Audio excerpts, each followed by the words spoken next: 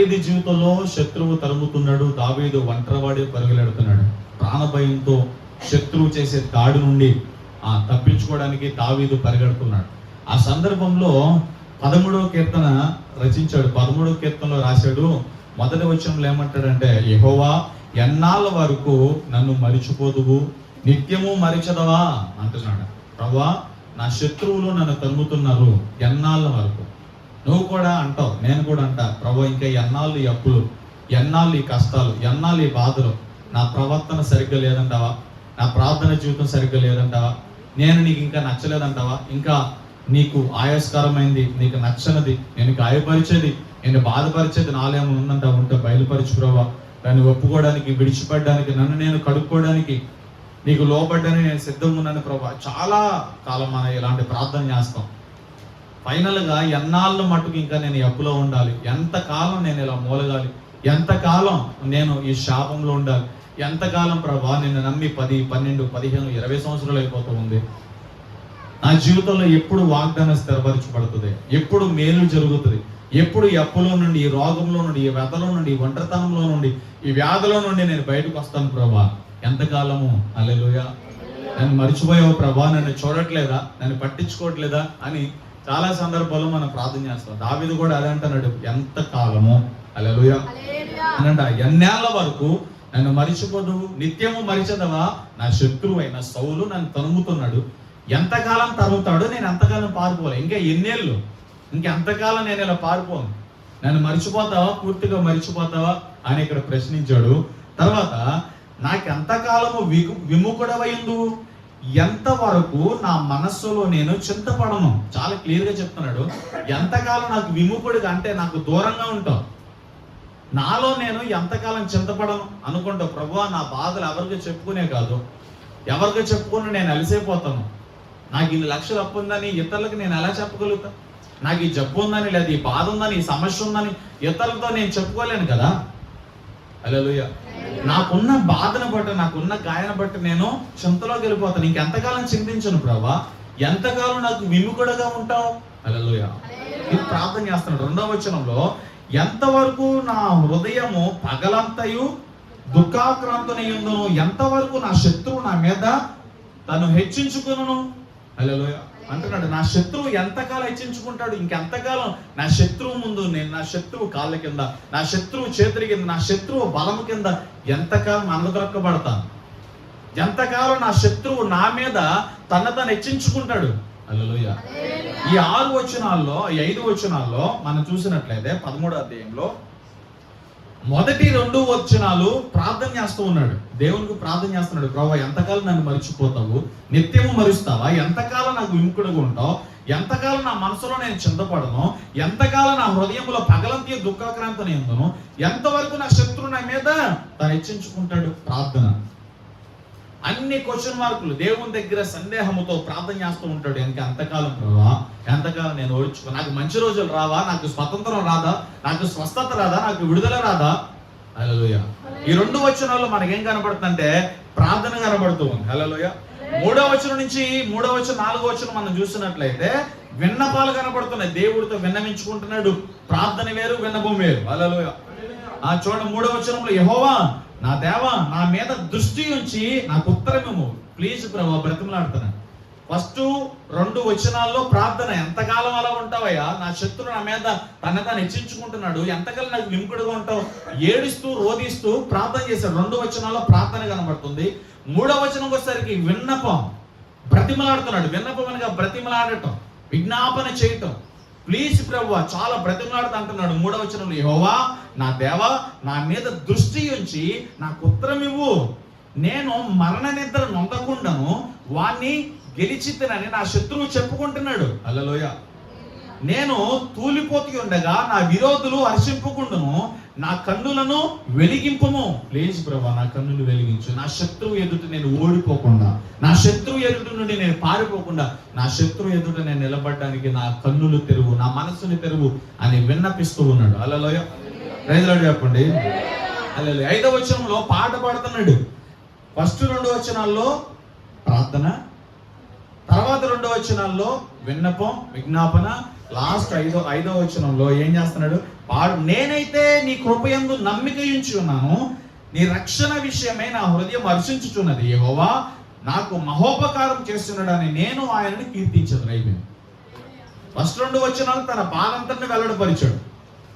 తర్వాత 2 వచనాల్లో నన్ను ఇలా చేయి ప్రభా, నా హృదయం తెరుగు ప్రభా, నీ కార్యాలను జీవితంలో జరిగించు ప్రభా, నా శత్రువు నా మీద జయం అందనవద్దు ప్రభా అని చెప్పి విన్నపం చేశాడు. హల్లెలూయా.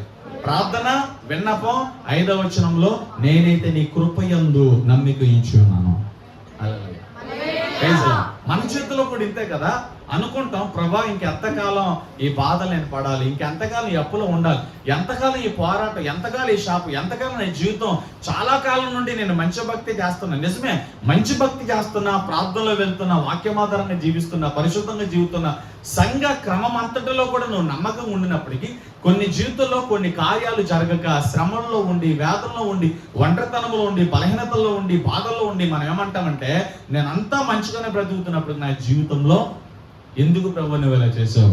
హల్లెలూయా. ఇంకెంతకాలం ఈ శాపంలో ఉంటా, ఇంకెంతకాలం ఈ అప్పులో ఉంటా, ఎంతకాలం ఈ రోగంలో ఉంటా? హల్లెలూయా. మన జీవితంలో ఇలాంటి ప్రశ్నలు చాలా ఉంటాయి. ఆమేన్. ప్రతిరోజు చాలా రకములైన ప్రశ్నలు మన బ్రతుకులు ఉంటాయి. హల్లెలూయా. అయితే దేవుడు ఏమంటాడంటే, నీ జీవితానికి నా జీవితానికి యజమానుడు దేవుడు అని గుర్తించాలి. ఫస్ట్ ఆఫ్ ఆల్ ఈ ప్రశ్న ప్రతి ఒక్కరిలో ఉంటది.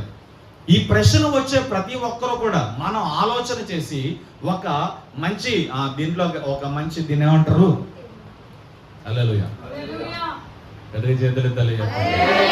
తీర్మానం అనండి. ఒక మంచి తీర్మానంలో కావాలి. మన హృదయంతో మనం చెప్పుకోవాలి. ఈ మాటలు పక్కన వాళ్ళు వచ్చి చెప్పరు, కానీ మనం అంతటికి మనం ఒక మాట చెప్పాలి. నా జీవితానికి యజమానుడు దేవుడే కదా. హల్లెలూయా. ఫస్ట్ ఇది గుర్తించు. నీ జీవితానికి యజమానుడు ఎవరు? దేవుడు. నిన్ను బ్రతికించేది ఎవరు? దేవుడు. నీ బ్రతుకు దినములలో ఏది ఉండాలో ఏది ఉండకూడదో అది ఆయనకి తెలుసు. ఇది కానీ మనం ముందు గుర్తెరిగితే ముందు మనం ప్రశ్న వేయం. దేవుని దగ్గర ప్రశ్న వేసామంటే దేవుడిని ఇంకా మనం పూర్తిగా అర్థం చేసుకోలేదని అర్థం. దేవుణ్ణి పూర్తిగా అర్థం చేసుకుంటే ప్రశ్న రాదు, విన్నపం వస్తుంది. ఫస్ట్ ప్రశ్న వేసాడు. ప్రార్థనలో ప్రశ్నలో 3వ వచనంలోకి వచ్చేసరికి విన్నపంలోకి వచ్చేసాడు. 4వ వచనంలో విన్నపించాడు. 5వ వచనంలోకి వచ్చేసరికి నీ కృపయందు నేను ఏముంచాను? నమ్మిక ఉంచాను. పాట పాడుతున్నాడు. ఏమని? దేవా నేనైతే నీ కృపయందు నమ్మిక ఉంచున్నాను, నీ రక్షణ విషయమై నా హృదయములో హర్షించుచున్నాడు. అబ్బా, నమ్మిక ఉంచాడంట, హర్షించుచున్నాడు అనగా సంతోషిస్తున్నాడు. యెహోవా నాకు మహోపకారములు చేసి ఉన్నాడు. అంటే దేవుడు కార్యాలు ఇక్కడ చూసినట్టుగా చూస్తున్నాం. మహోపకారాలు చేసి ఉన్నాడని నేను ఆయనను కీర్తించుచున్నాను. ఆయన చేసిన కార్యాలను బట్టి నేను ఆయన కీర్తించుచున్నాను. Praise lord. ఇక్కడ మనం నేర్చుకోవాల్సిన అతి ప్రాముఖ్యమైన పాఠం ఏంటంటే, మన జీవితానికి దేవుడు యజమానుడు ఉన్నాడు. కూర్చుని వాక్యం వింటున్న మీకు, బోధించే నాకు, మనందరి జీవితాలకి యజమానుడు దేవుడే. ఆయన ద్వారా మన ఈ లోకానికి వచ్చాం. ఆయన ద్వారా ఈ హైట్ లో, ఈ పర్సనాలిటీలో దేవుడు ఒక్కొక్కరుగా ఆయన కలగజేస్తున్నాడు. మనము ఆయన ఆకారంలో సృష్టించబడ్డాం. మనలో నివసించే ఆత్మ ఆయన పెట్టిన దీపం. మనం కలిగి ఉన్నదంతా కూడా ఆయన ఇచ్చిందే. మనంతటికి మనం ఏమీ కలగజేసుకోలేదు, మనంతటికి మనం కలిగి రాలేదా, కానీ దేవుడు తన స్వహస్తాలతో, తన చేతి పనులతో, ఒక చక్కని ఆకారంతో దేవుడు ఈ లోకంలో మన తల్లి గర్భంలో దేవుడు ప్రవేశపెట్టాడు. హల్లెలూయా. ఎప్పుడైతే ఈ సత్యాన్ని, వాస్తవాన్ని మనం తెలుసుకుంటాం, అప్పుడు ప్రశ్న రాదు. మన జీవితానికి దేవుడు యజమానుడు కనుక ఒక్కొక్క జీవితంలో దేవుడు కొన్ని శ్రమలు ఎందుకు ఎలా చేస్తాడంటే, కొన్ని కష్టాలు ఎందుకు మన బ్రతుకులోనికి వస్తాయంటే, అది దేవునితో ఒక మంచి సహవాసాన్ని కలిగి ఉండడానికి, దేవునిలో నాటబడి ఫలించడానికి, పరలోకానికి వెళ్ళిన తర్వాత ఒక గొప్ప సాక్ష్యాన్ని పొందడానికి దేవుడు మన జీవితంలో కొన్ని శ్రమలు అనేవి పడతాడు. ఆ శ్రమల్లో మనం ఉన్నప్పుడు ఇంకెంతకాలం ఈ శ్రమలు, ఇంకెంతకాలం ఈ బాధలు, ఇంకెంతకాలం ఈ జీవితంలో నేను పడను ప్రభు అని చెప్పి మనం ప్రార్థన చేస్తూ ఉంటాం. శ్రమ ఎందుకు అంటే, శ్రమ దేవుని చిత్తాన్ని మనం గుర్తెరగడానికి, శ్రమ దేవుని ఉద్దేశాలు మన జీవితంలో జరిగించడానికి, శ్రమ 1కి 100 మార్లు దేవుని వైపు చూడడానికి, శ్రమ మనలో ఉన్న అతి పరిశుద్ధమైన ఆత్మను, అతి పవిత్రమైన ఆత్మను, అతి శక్తి కలిగిన క్షేమదాయమైన ఆత్మను దేవునితో నాటుకోవడానికి, శ్రమ దేవుని రాజ్యంలో చేర్చబడడానికి, శ్రమ దేవునిలో నాటబడి ఫలించడానికి ఈ శ్రమ మనకు కావాలి. ఈ శ్రమ ఎందుకు అంటే, దేవుడు నీ జీవితంలో ఏది జరిగించాలో అది జరగాలంటే నీ బ్రతుకులోనికి శ్రమ కావాలి. ఇంకా నేను వేరే ఏం చెప్పను, ఈ పాయింట్ మీద వెళ్తాను. హల్లెలూయా. శ్రమ ఎందుకు అంటే ఈ లోకంలో దేవుడు నిన్ను పుట్టించాడు కదా, నిన్ను పుట్టించిన తర్వాత నిన్ను ఏ దశలో ఏ నిర్దేశంతో నడిపించాలో, ఏ త్రోవలో నడిపించాలో, ఏ విధంగా నడిపించాలో ఆ చిత్తం అంతటిని కూడా, తన ఉద్దేశం అంతటిని కూడా నీ బ్రతుకులో నెరవేర్చడానికి దేవుడు ఉపయోగించే వెపనే శ్రమ. హల్లెలూయా. శ్రమ ద్వారానే దేవుడు నీవు నడవలసిన మార్గంలో నడిపిస్తాడు. శ్రమ ద్వారా దేవుడు నీతో మాట్లాడాల్సిందే మాట్లాడతాడు. శ్రమ ద్వారా దేవుడు నీకు నేర్పించాల్సిన పాఠాలు నేర్పిస్తాడు. అది శ్రమలో చాలా రకాల శ్రమలు ఉంటాయి. ఒంటరితనం అనే శ్రమ, అప్పులు అనే శ్రమ, రోగం అనే శ్రమ, వ్యాధులు అనే శ్రమ, చాలా రకాల శ్రమలు ఉంటాయి. నీ బ్రతుకులో ఏ రకమైన శ్రమ నీ జీవితంలో ఉన్నప్పటికీ ఆ శ్రమ ద్వారా నువ్వు మేలు పొందబోతున్నావు. హల్లెలూయా. చెప్పండి. దావీదు తరమబడుతూ ఉన్నాడు, సౌలు తరుగుతూ ఉన్నాడు, అనేక మార్లు ఈటలు విసిరాడు, అనేక మంది ప్రజలను ఉరుగొల్పాడు. కానీ దావీదు జీవితంలో ఎక్కడో కూడా శత్రువు చేతుల్లో చెక్కబడాల. దావీదు తరవబడ్డాడు కానీ శత్రువుకు అప్పగించాడు. దావీదు పొడవబడడానికి అనేక మార్లు ఉసుగొల్పబడ్డాడు కానీ ఏ ఈట, ఏ బాణము, ఏ డాలు కూడా దావీదు శరీరంలోనికి రాదు. శత్రువు పడవాలని చూసినా, చంపాలని చూసినా, పట్టుకోవాలని చూసినా, దావీదిని నాశనం చేయాలని చూసినా, దావీది జీవితంలో దేవుని చిత్తం మాత్రమే జరిగింది. దావీది జీవితంలో దేవుడి ఉద్దేశం మాత్రమే జరిగింది. దావీదికి శ్రమలు ఎక్కువ ఉన్నాయి, దావీదు పరిగెడుతూ ఉన్నాడు, దావీదు దాక్కుంటూ ఉన్నాడు. కానీ ఏ శ్రమలో కూడా, హల్లెలూయా, అతను పరిగెడుతున్నప్పుడు కూడా ఏ శత్రువు దాడి కూడా, హల్లెలూయా, దావీదు మీద జరగల. తరవబడ్డాడు కానీ పట్టబడ్డా? చెప్పండి. ఈట విసరబడింది కానీ పొడవబడ్డా? హల్లెలూయా. ఎందుకు సౌలుకి అంత కక్ష అంటే, దావీదు ఏం తప్పు చేశాడంటే ఏం తప్పు చేయలే. ఇక్కడ బాధ ఏంటంటే, సౌలు ఇశ్రాయేలు ప్రజలందరికీ కూడా మొట్టమొదటి రాజు. ఈ సౌలు దేవునికి వేరుగా ఎప్పుడైతే బ్రతుకుతున్నాడో, ఈ సౌలు దైవజనుడైన సమూయేలు మాటను ఎప్పుడైతే లక్ష్య పెట్టడం మానేశాడో, దేవుని ఆత్మ సౌలుని విడిచి బయటకు వచ్చేసింది. హల్లెలూయా. దేవుడు చాలా క్లియర్ గా సమూయేలుతో చెప్పాడు, సౌలు జోలికి వెళ్ళొద్దు, అతను విడిచిపెట్టే, ఇక నేను అతనితో నేను పడలేను, అని వదిలేసా అని చెప్పి దేవుడు చెప్పాడు. మరి ఇప్పుడు ఏం చేయమంటావు ప్రభా? దావీదు దగ్గరికి నువ్వు వెళ్ళు, యెష్షయి కుమారుల్లో ఒకరిని నువ్వు వెళ్ళి అభిషేకించు, నేను చెప్తాడు అవడం. హల్లెలూయా. అసలు సౌలుకి అంత భయమైన కోపము దావీదు మీద ఎందుకంటే, ఇప్పుడు నేను కాకుండా దావీదు రాజు అవ్వకూడదు కాన్సెప్ట్ అది. నేనే రాజుగా ఉండాలి, నేనే పెత్తందారిగా ఉండాలి, నేనే పరిపాలన చేయాలి. దావీదు అనేవాడు నా ప్లేసులోనికి రాకూడదు, దావీదు అనేవాడు నా స్థానంలో ఉండి ప్రజల పరిపాలన చేయకూడదు. ఈ ప్రజలందరికీ నేనే పెత్తందారిగా ఉండాలి, నేనే రాజుగా ఉండాలి, నేనే పరిపాలన చేయాలి. ఆ ఉద్దేశంతో దావీదు మీద కక్ష కట్టి, హల్లెలూయా, ఆ సమయంలో గొల్యాతును ఒకని దావీదు చంపాడు. ఆ సమయంలో అక్కడ అందరూ పాట పాడారు, హల్లెలూయా, సౌలుకి 1000 దావీదుకి 10,000. ఈ పాటలన్నీ కూడా సౌలుకి వినపడినాయి. అక్కడ ఉన్న వారందరూ దావీదు అంటే గిట్టన వారందరూ కూడా దావీదు మీద 1కి 10 మార్లు 1కి 10 వేసి సౌలుకి చెప్పి నూరేశారు. పాపం ఎక్కువైపోయింది. ఇప్పుడు ఏదేమైనా దావీదుని చంపాలి. దావీదు చంపబడడానికి, హల్లెలూయా, పరిగెడుతున్నాడు. ఇప్పుడు ఆ చావు నుంచి తప్పించుకోవడానికి, సౌలు చేతిలో నుంచి తప్పించుకోవడానికి, సౌలు ఈటి నుంచి తప్పించుకోవడానికి, సౌలు సైన్యము చేతిలో నుంచి తప్పించుకోవడానికి పరిగెడుతున్నాడు. హల్లెలూయా. అలా పరిగెడుతున్నప్పుడే ఈ కీర్తనలు రాశాడు. ఆ శ్రమ లేకపోతే, ఆ పరువు లేకపోతే, ఆ ఉపద్రవాలు లేకపోతే, ఆ శత్రువు పోరాటం లేకపోతే ఇన్ని కీర్తనలు లేవు. ఇన్ని కీర్తనలు ఎందుకు రాయబడిందంటే, తను తరవబడుతున్నప్పుడు, శత్రువు పొంచి ఉన్నప్పుడు, శత్రువు బాధ పెడుతున్నప్పుడు, శత్రువు భయపెడుతున్నప్పుడు, యాత్ర తన యొక్క దీని ఏమంటారు, కీర్తన, యాత్రా కీర్తన అంటారు. హల్లెలూయా. తన జీవిత యాత్రలో, శ్రమల యాత్రలో, కష్టాల యాత్రలో, ఒంటరి యాత్రలో, ఒంటరిగా ఉండి పారిపోయిన ఆ యాత్రలో అనేక కీర్తనలు రచించబడ్డాయి. హల్లెలూయా. ఒకటి ఆలోచన చేయండి, దావీదు జీవితంలో శ్రమ దేవుడు ఉపయోగించిన ప్రధానమైన ఘటన. హల్లెలూయా. శ్రమ ద్వారానే దావీదు ఇశ్రాయేలు ప్రజలందరికీ కూడా రాజుగా అభిషేకించబడ్డాడు. ఒకవేళ ఈ శ్రమ నాకొద్దు, ఈ కష్టం నాకొద్దు అని చెప్పి దేవుని కనుక ఆలోచన విడిచిపెడితే, దావీదు అనే పేరులో మరొక పేరు మనం చదువుకోవాల్సి వచ్చేది. అంటే దేవుని ఉద్దేశం మారదు, దేవుని కాన్సెప్ట్ మారదు, కానీ పర్సన్, మనిషి మారేవాడు అంతే.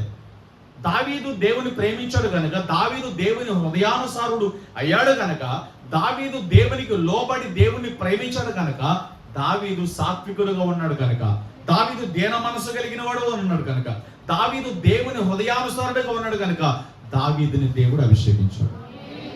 హల్లెలూయా. ఇదే మనం ఆలోచన చేయాలి. ఇంకెంతకాలం అన్న మాకు, ఇంకెంతకాలం ఈ శ్రమ ఈ కష్టం అని మాకు. నీవు కలిగి ఉన్న ఆ కష్టంలో ఆ శ్రమలో దేవుని మీద ఆధారపడతాం మనం నేర్చుకోవాలి. దేవునికి ఇంకా ప్రార్థన చేయడం నేర్చుకోవాలి. ఇంకా ఎంతకాలం ప్రభువా నా జీవితంలో అంటే నీకు నాకు యజమానుడు ఆయన. హల్లెలూయా. ఎంతకాలము శ్రమ మన జీవితం ఉండాలో అది ఆయన ఇష్టం, అది ఆయన చిత్తం. నువ్వు తీసేయమంటే ఆయన తీయుడు. నాకు ఈ శ్రమ తీసే ప్రభువా నేను మొయ్యలేకపోతున్నా, ఈ కష్టం నేను ఉండబోతున్నాను తీయుడు. ఆ శ్రమ ఉంటేనే దేవుడిని గుర్తుకొస్తాడు. ఆ శ్రమ ఉంటే నా గాయం ఉంటేనే నీ మోకాళ్ళు వంగుతాయి దేవుని సన్నిధి. ఆ శ్రమ లేకపోతే, ఆ కష్టం లేకపోతే హల్లెలూయా నువ్వు దేవునికి దూరం అయిపోతావు. నీకు ప్రతిసారి దేవుడు గుర్తుండాలి అంటే శ్రమ కావాలి. హల్లెలూయా. ఏం కావాలి చెప్పండి? నొప్పి వచ్చినప్పుడు ప్రభువా అంటావు, నొప్పి లేకపోతే అసలు ప్రభువుని స్తుతించావు. హల్లెలూయా. అంటే ఒక మనుషుడు కలిగిన శ్రమ, ఒక మనుషుడు కలిగిన పోరాటం దేవుని మీద ఆధారపడేటట్లుగా చేస్తాను, దేవునిలో నాటపడేటట్లుగా చేస్తాను. హల్లెలూయా. ఇది ఎప్పుడు కూడా మర్చిపోవద్దు. ఇంకెంతకాలం శ్రమ అనొద్దు. ప్రభా ఎంతకాలం అయితే నా జీవితంలో ఈ శ్రమను మోయిటకు, ఈ శ్రమలో నడవడానికి నువ్వెంత కాలం అయితే నువ్వు అనుకున్నావో, లేదా ఎంత కాలం అయితే నువ్వు వెచ్చించావో ఆ కాలం అంతటికి కూడా హల్లెలూయా ఈ శ్రమను భరించడానికి కావలసిన శక్తి నాకు ఇవ్వు ప్రభువా.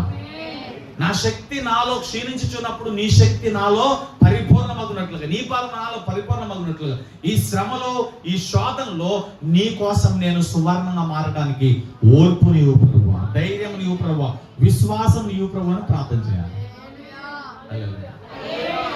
దేవుడు మనల్ని ఒక శ్రమ కూడా నడిపిస్తున్నాడంటే ఓర్పు కలిగి ఉండాలి మనం.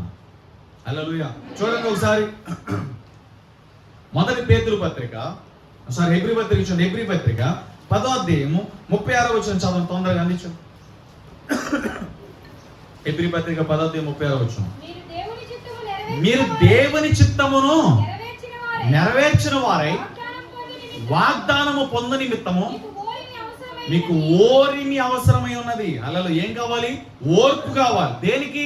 దేవుని చిత్తము, దేవుని వాగ్దానము మీ జీవితంలో నెరవేర్చబడాలంటే మీకేం కావాలి? ఓర్పు కావాలి. అంటే దేవుని చిత్తము, దేవుని వాగ్దానము మన బ్రతుకులో నెరవేర్చబడడానికి ఓర్పు ఎందుకు? ఓర్పు ఎందుకు? ఆ చిత్తము, ఆ వాగ్దానం నెరవేర్చబడాలంటే దేవుడు శ్రమను వాడుకుంటాడు. ఒక శ్రమ ద్వారా దేవుడు తన చిత్తాన్ని మన జీవితంలో జరిగిస్తాడు. ఒక శ్రమ ద్వారా దేవుడు తన వాగ్దానాన్ని మన బ్రతుకులో నెరవేరుస్తాడు.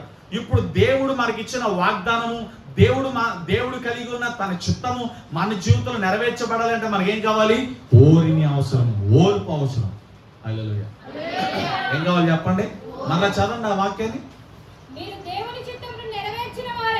దేవుని చిత్తమును నెరవేర్చిన వారే వాగ్దానము పొందు నిమిత్తం ఓరిమి అవసరమై ఉన్నది. హల్లెలూయా. దేవుడు మనకి ఇచ్చిన వాగ్దానం నెరవేర్చుటకు, దేవుడు తన చిత్తమును మన జీవితంలో నెరవేర్చడానికి, మనము కూడా ఆయన చిత్తానుసారంగా జీవించడానికి ఓర్పు కావాలి. ఓర్పు ఎందుకు కావాలంటే దేవుడు మన జీవితంలో తన చిత్తం జరిగించడానికి, దేవుడు అనుకున్న వాగ్దానం మన జీవితంలో నెరవేర్చబడడానికి దేవుడు శ్రమల గుండా నడిపిస్తాడు. గాఢాంధకారములో మనల్ని దేవుడు నడిపిస్తాడు. మనల్ని విరుస్తూ ఉంటాడు, వెలగొడుతూ ఉంటాడు, పొడుస్తూ ఉంటాడు, గాయం చేస్తూ ఉంటాడు, వెంటనే మరల గాయం కడుతూ ఉంటాడు. విరిచిన వెంటనే దేవుడు పట్టుకుని మనల్ని నడిపిస్తూ ఉంటాడు. అందుకే ఓర్మి అవసరం. ఓర్పుని మనం విడిచిపెట్టకూడదు. హల్లెలూయా. తర్వాత ఇదే హెబ్రీ పత్రికలో 10:35 వచనం చదవండి. కాబట్టి మీ ధైర్యము విడిచిపెట్టుకుడి, దానికి ప్రతిఫలముగా. హల్లెలూయా. శ్రమ కలిగినప్పుడు, కష్టము కలిగినప్పుడు ధైర్యాన్ని విడిచిపెట్టద్దు. ఎప్పుడైతే శ్రమలో ధైర్యంగా ఉంటావో దానికి ప్రతిఫలాన్ని దేవుడు ఇస్తాడు. ధైర్యముగా ఉన్న దావీదు ఎలా అయ్యాడు? సింహాసనాన్ని అధిష్ఠించాడు. శ్రమలో, కష్టములో, ఉపద్రవాల్లో, ఒంటరితనములో దావీదు ధైర్యంగా ఉన్నాడు. దావీదు ధైర్యముగా ఉండి దేవుని కోసం బ్రతికాడు కనుక దావీదుని దేవుడు అభిషేకించి పట్టాభిషేకాన్ని ఇచ్చాడు. హల్లెలూయా. అనగా రాజుగా మార్చేశాడు. దావీదు పురము అనే ఒక పట్టణములకు దావీదు పురము అని పేరు పెట్టి యెరూషలేము అంతటికి కూడా దావీదుని దేవుడు రాజుగా అభిషేకించాడు. ఎందుకంటే దావీదు ధైర్యమును విడిచిపెట్టల. దావీదు ఎంతో ఓర్పు పట్టాడు. తన కుమారులు తన మీదకి లేచిన, తన శత్రువులు తన మీదకి లేచిన, విరోధులు లేచిన, ఇంటివారు లేచిన, ప్రతికూల పరిస్థితులు వచ్చిన దావీదు దేవుని సన్నిధిని ఆశ్రయించి, దావీదు దేవుని పాదాలను ఆశ్రయించి, దావీదు దేవుని ఆధారము చేసుకుని ధైర్యము కలిగి ఉన్నాడు. నా ప్రాణమా దేవుని నమ్ముకుని మౌనంగా ఉంటాం. తన ప్రాణంతో చెప్పుకుంటున్నాడు, నా ప్రాణమా దేవుని నమ్మి మౌనంగా ఉంటాం. ఈరోజు మన విదేశాలు ఇంకా ఎంతకాలం ప్రభావం, ఎంతకాలం ఈ శ్రమ, ఎంతకాలం ఈ కష్టం అనమా. నీ యజమానుడు, నీ కాపరి, నీ ప్రధాన యాజకుడైన దేవుడికి తెలుసు శ్రమ నీ జీవితంలో ఎంతకాలం ఉండాలో. ఆ శ్రమ ద్వారా నువ్వు ఎటువంటి మెప్పును, ఎటువంటి ఘనతను, ఎటువంటి మహిమను పొందాలో, అది ఆ మెప్పును, ఆ ఘనతను, ఆ మహిమను నీవు పొందుటకు నీకు కావలసిన శ్రమను దేవుని జీవితంలో పెట్టుట. శ్రమ ఎందుకు? మెప్పును కలిగించడానికి, మహిమను కలిగించడానికి, దేవుని కిరీటము నీకు ధరింపచేయడానికి నీకు శ్రమ కావాలి. కష్టపడి చదివితేనే పిల్లలు ప్రయోజకులు అవుతారు. భక్తిలో కూడా మనం కష్టపడి పరిశుద్ధంగా మనం కాపాడుకుంటూ దేవునికి మనము స్వాస్యంగా ఉండినప్పుడే దేవుడిచ్చి కిరీటాన్ని కూడా మనం పోతుంది. అందుకే మంచి పోరాటం పోరాడని అన్నాడు పౌలు. చెడ్డ పోరాటం కాదు. ఎన్నో కష్టాలు, ఎన్నో శ్రమలు, ఎన్నో ప్రతికూలత నా జీవితంలో వచ్చినా నేను మంచి పోరాటం పోరాడి నా విశ్వాసం అంతటిని కాపాడుకున్నాను అన్నాడు. మనం కూడా అంతే. ఎంతకాలం ప్రభా అన్నమాకే నీ జీవితంలో ఏ శ్రమ వచ్చినా, ఏ కష్టం వచ్చినా ఒక ప్రార్థన చెప్పు, ప్రభా నా జీవితంలో ఎంత కాలం అయితే ఈ శ్రమ ఉంటుందో అంతకాలం నాకు ఓర్పు కావాలి ప్రభా, ఓర్పు కావాలి నాకు. ఆ శ్రమను, ఆ కష్టాన్ని నేను బ్యాలెన్స్ చేసుకోవడానికి, ఆ శోధన టెంప్టేషన్లో పడిపోకుండా నన్ను నేను నీకు సాక్షాత్తంగా బ్రతకడానికి నాకు ఓర్పు ప్రభు, ధైర్యం ఇవ్వు ప్రభా. ఏం కావాలి చెప్పండి? ధైర్యం కలుగుండి, ధైర్యాన్ని విడిచిపెట్టద్దు. 36వ వచనంలో హెబ్రీ 10:36 చదువుతున్నాం కదా, వాగ్దానం నెరవేర్పు. హల్లెలూయా. దేవుని చిత్తము మీరు నెరవేర్చుటకు మీకు ఓరిమి అవసరమై ఉన్నది. హల్లెలూయా. చదువుతలే చెప్పండి. 1 పేతురు పత్రిక 1:6-7 వచనాల్లో మనం చూస్తే విశ్వాసం గురించి మాట్లాడతాడండి. హల్లెలూయా. చూడండి ఒకసారి 1 పేతురు పత్రిక 1:6-7 వచనాలు. ఇందువలన మీరు మిక్కిలి ఆనందించుచున్నారు కానీ అవసరమును బట్టి నానా విధములైన శోధనల చేత ప్రస్తుతం కొంచెము కాలం మీకు దుఃఖం కలుగుచున్నది, నశించుకోవు సువర్ణము అగ్ని పరీక్ష వలన శుద్ధపరచుచున్నది కదా, దానికంటే అమూల్యమైన మీ విశ్వాసం. సిద్ధోడు అమూల్యమైన మీ విశ్వాసం. హల్లెలూయా. అమూల్యమైన విశ్వాసం ఏం చేయబడాలంట? పరీక్షకు నిలవాలంటే నీ విశ్వాసం. ఏ శోధన, ఏ బాధ, ఏ కష్టమైతే ఉందో ఆ కష్టములో, ఆ బాధలు, ఆ శోధనలో నీ విశ్వాసం బ్రతికిన విశ్వాసంగా ఉండాలి. కష్టాల్లో, శ్రమల్లో, బాధల్లో నీ విశ్వాసం ఇంకా సువర్ణంగా మారాలి. అంటే కష్టము కలిగే కొద్దీ యేసయ్యకు నువ్వు ఇంకా అంటుపట్టుబడి ఉండాలి. నువ్వు నలగగొట్టబడుతున్నప్పుడు, ద్వేషించబడుతున్నప్పుడు, దూషించబడుతున్నప్పుడు, ఈ ప్రజలందరూ అబద్ధ సాక్ష్యాల మీద పలుకుతున్నప్పుడు నీ విశ్వాసపు స్థాయి పెరగాలి కానీ విశ్వాసపు స్థాయి తగ్గకూడదు. చాలా మంది విశ్వాసపు స్థాయి తగ్గిపోతుంది. ఏమండి, నేను ఏ తప్పు చేయలే, నేనేం అనలేదు, నా పని నేను చేసుకున్నా, అందరూ నన్నే అంటున్నారు, దేవా నువ్వు ఉన్నావా, నీ కళ్ళు ఉన్నాయా, చెవులు ఉన్నాయా, వింటున్నావా అని చెప్పి వారి విశ్వాసం తగ్గిపోతూ వచ్చేస్తుంది. అలా ఉండకూడదంటే ఇక్కడ శ్రమ కొద్ది కాలమే. పేతురు చాలా స్పష్టంగా చెప్తాడు. హల్లెలూయా. నశించిపోయే ఏంటంట సువర్ణము అగ్ని పరీక్షకు లోబడిన తర్వాత, అగ్ని పరీక్షలోకి వెళ్ళిన తర్వాత నశించిపోయే సువర్ణంగా మారుతుందంట. హల్లెలూయా. నశించిపోయేది అగ్నిలోకి వెళ్ళినప్పుడు సువర్ణంగా మారిపోతుంది. అది అగ్నిలోకి వెళ్ళకపోతే నశించిపోతుంది. అది అగ్నిలోకి వెళ్ళకపోతే ఎవరికి పనిచేది? అది అగ్నిలో కాల్చబడిన బంగారము మేలి బంగారంగా మారిపోతుంది. అగ్నిలోకి వెళ్ళబడిన సువర్ణము సువర్ణంగా మారిపోతుంది. మన విశ్వాసం కూడా అంతే. శ్రమ అనే అగ్ని, కష్టం అనే అగ్ని, ఒంటరితనం అగ్ని, వ్యాధులైన అగ్ని, బలహీనతలైన అగ్నిలోనికి మన విశ్వాసం వెళ్ళినప్పుడు మన విశ్వాసం కూడా సువర్ణంగా మారాలి. సువర్ణం అంటే ప్రమోషన్. ఎప్పుడైతే శ్రమలో మన విశ్వాసాన్ని కాపాడుకుంటామో, శ్రమలో ధైర్యంను విడిచిపెట్టగా విశ్వాసాలు కొనసాగుతామో, శ్రమలో ఓర్పు కలిగి మన విశ్వాసాన్ని కలిగి ఉంటామో, ఆ విశ్వాసం మనల్ని ఏం చేస్తుందంటే సువర్ణంగా మారుస్తుంది. అందుకే యోబు అంటాడు కదా, భార్య దూషించిన, బిడ్డలో పోయిన, సమస్తాన్ని కోల్పోయిన ధైర్యము విడిచిపెట్టలేదు యోబు, విశ్వాసాన్ని విడిచిపెట్టలేదు యోబు, పరిశుద్ధతను విడిచిపెట్టలేదు యోబు. ఎక్కడా కూడా తన నోటి మాటతో, మాట వరుసకు కూడా, కామన్ గా కూడా, నోటి మాట వరుస కూడా హల్లెలూయా ఎందుకలా జరిగింది ప్రభు అనలే. ఇంకా ఎంతకాలం ప్రభు ఈ బాధ అనలేదు. యెహోవా ఇచ్చును, యెహోవా తీసుకును, యెహోవా నామమునికి స్తుతి. హల్లెలూయా. ఇదండి, ఇలా సువర్ణంగా మారాలి మనం. ఇంకెంతకాలం ప్రభు అనుకోమా, నీకున్న అప్పు, నీకు బాధే, నీకున్న ఒంటరితనం, అందరూ నేను విడిచిపెట్టారు, ఎవరు నీకు సహాయం చేయట్లేదు. చెప్పుకోవడానికి బాబాయిలు, పెన్నాళ్ళు, తాతలు, మామలు, అక్కలు, చెల్లులు ఎంతో మంది ఉన్నారు, కానీ నీ గాయంలోనికి ఎవడో రాడు, నీ బాధలోనికి ఎవడో రాడు, నీ అప్పులోనికి ఎవడో రాడు. కనీసం మాట సాయం కూడా చేయరు. ఎందుకంటే తెలుసా, రేపు పొద్దున ఏదైనా ఇబ్బంది వస్తే వాళ్ళ తల మీదకి వస్తుందని అందరూ మ్యూట్ అయిపోతారు, అందరి చేతులు వెనక్కి తీసుకుంటారు, అందరి చేతులు కట్టుకుంటారు. నీ జీవితంలోకి, నీ ఇంట్లోనికి ఎవరు రారు. కానీ నీ విశ్వాసాన్ని ఆ రోజున కాపాడుకోగలిగితే, ఆ కండిషన్లో, ఆ సిచ్యువేషన్లో నీవు ధైర్యం విడిచిపెట్టకుండా ఓర్పుతో, ఎవరు నా ఇంటికి వచ్చిన రాకపోయినా, ఎవరు నాతో మాట్లాడకపోయినా, ఎవరు నాకు సపోర్ట్ చేసినా చేయకపోయినా, నా దేవుడు విడిచిపెట్టడు. ఈ శ్రమలో దేవుడు నన్ను నడిపిస్తాడు, ఒక దినాన దేవుడు నన్ను ఆశీర్వదిస్తాడనే విశ్వాసము ఎప్పుడైతే నువ్వు కలిగి ఉంటావో, ఆ విశ్వాసము ద్వారా దేవుని మహిమను నువ్వు చూడబోతున్నావు. హల్లెలూయా. నేను అనుకుంటాను, అన్నీ ఉన్నప్పుడు నీ దగ్గరకు వచ్చే వాళ్ళు ఎవరు నీ వారు కాదు. నువ్వు ఏమీ లేని స్థితిలో, జీరో అయిపోయిన స్థితిలో నీ దగ్గరికి వచ్చేవారు నీ వారు. అసలు వచ్చేవారు ఎవరు ఉండరు అటైనా. నువ్వు కష్టాల్లో, బాధల్లో జీరో అయిపోయి, మ్యూట్ అయిపోయి, తినడానికి తిండి లేని పరిస్థితి, అంత అయిపోయిందిరా అనుకున్న సమయంలో ఎవడో నీ వద్దకు రాడు. ఒకవేళ ఎవడైనా వచ్చి నీ పక్కన నిలబడ్డాడంటే ఆన్ని విడిచిపట్టు, దానికి కృతజ్ఞతగా ఉన్నావు. హల్లెలూయా. అలాంటి వాళ్ళు మాటల చేత నేను బ్రతికిస్తున్నా, దేవుని వాక్యం చేత నేను బ్రతికిస్తున్నా, ఏం పర్లేదు బ్రదర్, ప్రార్థన చేస్తున్నా, దేవుని జీవితంలో ఆ కార్యం జరిగిస్తాను, నువ్వు ధైర్యంగా ఉండు అని చెప్పేవాళ్ళని పోగొట్టుకోమా. ఎప్పుడు అన్నీ ఉన్నప్పుడు ఎలాంటి చెప్పేవాళ్ళు చాలా మంది ఉంటారు, ఏమీ లేనప్పుడు ఎలాంటి మాటలు చెప్పి మాటల చేత బలపరిచేవారు నువ్వు పోగొట్టుకోమా.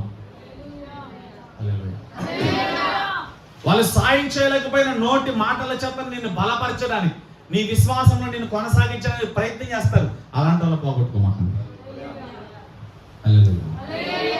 మరి చెప్పే మాటలు దేవుని మాటలు నీ బ్రతుకులో ఉన్న స్థితిగతులన్నీ కూడా మారుస్తాయి. యేసు ప్రభు సజీవుడైన దేవుడు, ప్రభావం కలిగిన దేవుడు, శక్తివంతుడైన దేవుడు ఆయన. హల్లెలూయా. కాబట్టి నీ జీవితంలో ఎప్పుడు కూడా ఈ విశ్వాసం కలిగి, ఎలాంటి ఒంటరి స్థితిలో ఉన్నా, అప్పులున్నా, వ్యాధులున్నా, రోగాలున్నా, అంటరందనమన్నా, తక్కువ గలమన్నా, లేకపోతే ఇంకోటన్నా ఎవడి వైపు చూడవసరం, ఎవరి దగ్గర చేయవసలేదు. హల్లెలూయా. అందరిని విడిచిపెట్టేసినప్పుడు, ఎవడో నీ ఇంటికి రానప్పుడు, రాకపోగలని నిలిచిపోయినప్పుడు, నీవు నీ ఇంటి వారు ఇంటికి తలుపులు వేసుకొని ప్రార్థన చేయండి. కొన్ని రోజులే, కొద్ది కాలమే, ఒక దినం రాబోతూ ఉంది. వెళ్ళిపోయిన వారందరూ మరలా అన్నయ్య, అక్క, చెల్లి, అన్న, తమ్ముడు అంటే వచ్చేస్తారు. అప్పుడు జాగ్రత్తగా ఉన్నాయి. మనుషుల కపటోపాయము కూడా నువ్వు ఎరగాలి. మనుషులకు కపటోపాయం ఎరిగి కూడా మనం ప్రవర్తించాలి. అంటే మనుషులు ప్రేమించకూడదు అన్నట్టు కాదు, మనుషుల్ని ప్రేమించాలి. హల్లెలూయా. దేవుని ప్రేమతో ప్రేమించాలి, కానీ ఎవరితో ఎంతవరకు ఉండాలి అంతవరకు ఉండాలి. అదే నేర్చుకుంటున్నా ఈ మధ్యలో. హల్లెలూయా. ప్రైజ్ లార్డ్ చెప్పండి. చాలా జాగ్రత్తగా ఉండాలి మనం, వివేకముతో ఉండాలి మనం, నిష్కలంకంగా ఉండాలి మనం. హల్లెలూయా.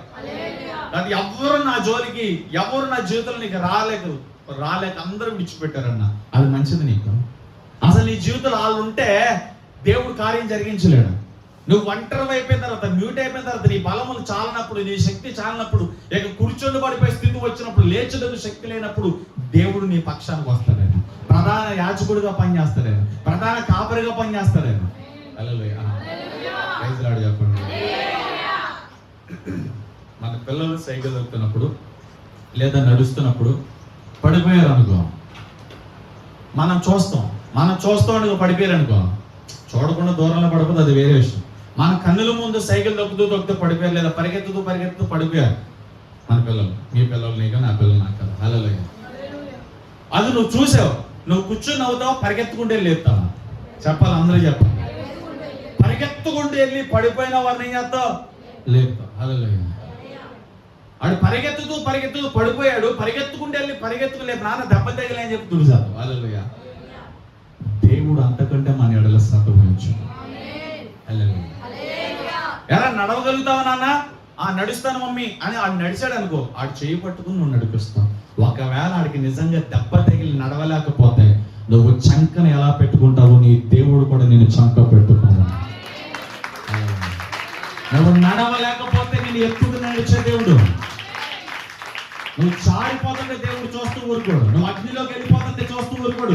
పాపంలోకి వెళ్ళిపోతుంటే చూస్తూ ఊరుకోడు. నువ్వు పాపంలోకి వెళ్ళిపోతున్నప్పుడు నువ్వు నశించిపోకూడదని ఒక శ్రమను పెడతావు. ఆ శ్రమతో పాపంలోకి వెళ్ళే నువ్వు దేవుని వైపు వస్తావు. ఎందుకంటే నశించిపోయే సువర్ణము అగ్నిలోకి వెళ్ళినప్పుడు అది ఎలా మారింది? సువర్ణంగా మారుతుంది.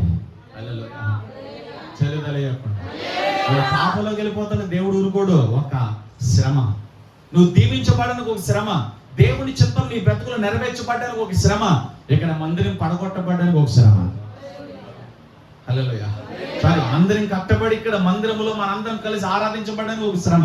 ఆ శ్రమ లేకపోతే మనకు విలువ ఉండదు. ఆ శ్రమ లేకపోతే మనకు మహిమ రాదు. ఆ శ్రమ లేకపోతే మనకి సాక్ష్యం ఉండదు. శ్రమ ద్వారానే మనకు సాక్ష్యం వస్తుంది. శ్రమ ద్వారానే మనకి మేలు, మొప్పు, మహిమ, ఘనత కలుగుతుంది. చచ్చిపోయిన వాళ్ళు ఆమెను కూడా అందరం, బతికిన వాళ్ళు దాన్ని అంగీకరిస్తారు. హల్లెలూయా. కాబట్టి శ్రమ ఇంకెంతకాలం అనమాకు, అది ఎంత కాలం ఉంటావు అంత ధన్యుడు, అంత ధన్యురాలు. శ్రమ ఉన్నంత వరకు దేవుడు విడిచిపెట్టడు. నువ్వు శ్రమలో, కష్టంలో, ఉపద్రవాల్లో ఉంటే దేవుడు చూసి ఆనందిస్తాడు అనుకున్నావా? ఆ శ్రమ, ఉపద్రవం తొందరగా తీసేయాలని చూస్తాడు. అయితే నువ్వు సువర్ణంగా మారేంత వరకు దేవుడు దాన్ని ఉంచుతాడు.